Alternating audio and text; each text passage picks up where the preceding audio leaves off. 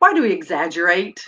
We're going to talk about that today in Practical Proverbs for the Older Student, Lesson 66. I'm Dara. I'm excited to be with you today. We are on Lesson 66, the last word on words. And you'll see at the top, Proverbs 12:22. Lying lips are an abomination to the Lord, but those who deal faithfully are his delight. God abhors lies, and yet we continue to do it. Whether it's a white lie, a slight lie, a full lie, an exaggeration. There's lots of different types of lies. Lying by omitting details, lying by not speaking up, not telling the whole truth and nothing but the truth. I read a great quote earlier this week. It said, everything you add to the truth subtracts from the truth. So if it's not truth, if you try and add a little bit more to the truth, then it becomes lies. And so why is God so against lying? We've talked about this before. His very character, his very essence, all that he is about truth. And the truth will set you free. You're as sick as your sickest secret. So once we tell that secret to somebody and get it out and talk it out and are still accepted and loved and grace has been poured upon us, we can move on. But God hates lying. So why do we do it? Usually we do it to protect ourselves, because maybe we don't trust that God can protect us. So there's a lack of faith, a lack of trust there in God.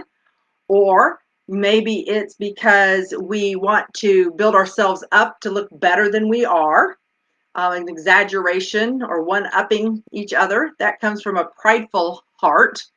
There's other reasons that we don't tell the whole truth. We're trying to protect somebody else, maybe.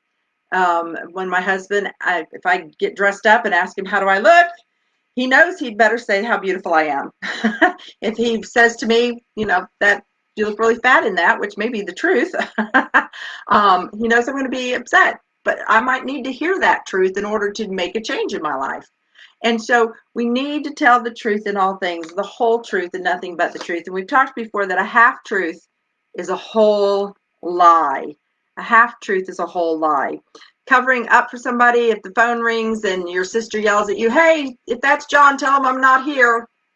That's a lie. We need to be truth telling, not to the point of hurting somebody, because the Bible also tells us to tell the truth in love.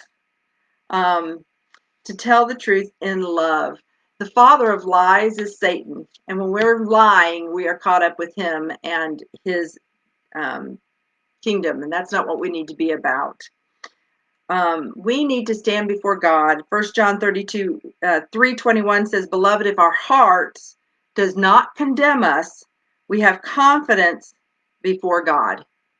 So we want our heart not to condemn us. In order to not be condemned, we have to tell the truth. We have to tell the truth, even if it means death, even if it means torture, even if it means discomfort, even if it means losing a friend. Whatever those things are, we're to tell the truth, but we're to tell it in love. So today's lesson is going to talk about that. We need to let God be our confidence and shield. If we speak out in truth, he will watch over us. He will care for us. God will fight our battle when it comes, if we're being truthful. In today's lessons, we're going to give you some scenarios and give you an opportunity to think through how you could speak the truth in love in these situations.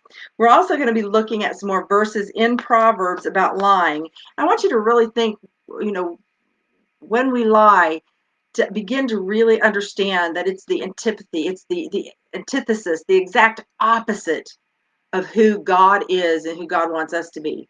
And so we need to begin to tell the truth, the whole truth in love, and hold back on lying or omitting some of the truth or subtracting from the truth or adding to the truth, and tell just the truth. And realize sometimes the truth is dependent upon our position, our perspective.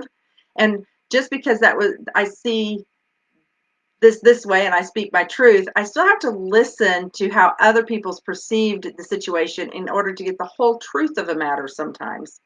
And sometimes that's hard, but that's important too.